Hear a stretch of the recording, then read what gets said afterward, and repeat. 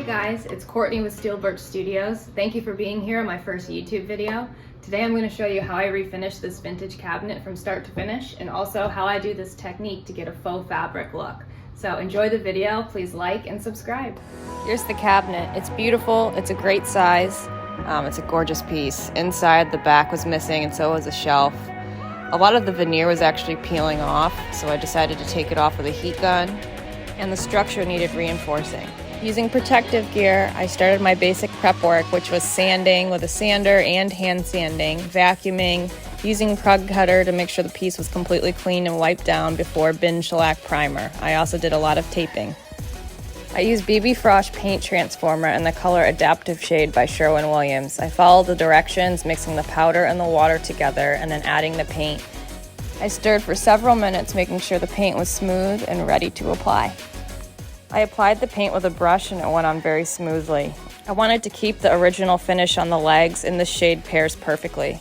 It's a mix of brown and gray with a slight green undertone. It's very neutral and super dimensional. It's awesome. I love cabinets with textiles on the front doors.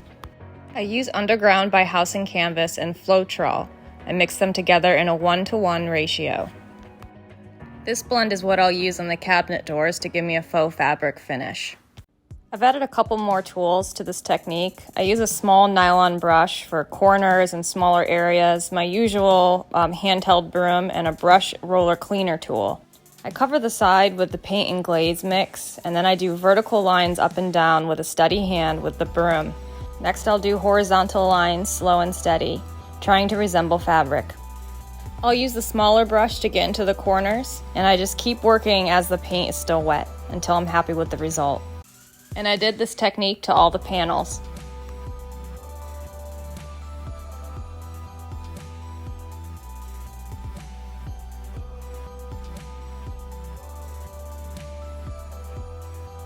For a little bit more dimension, I use this tool, and I go over the paint before it dries to give really thin lines.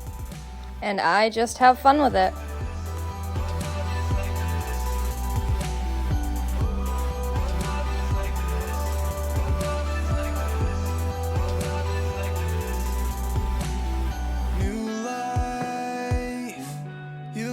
My new life.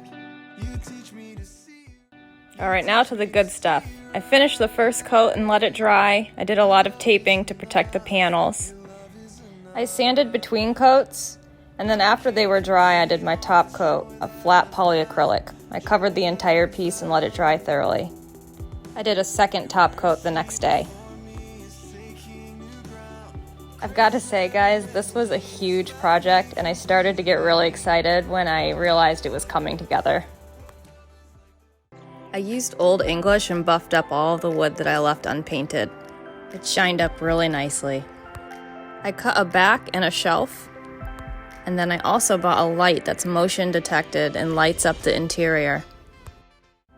I've got to say, I really like this one.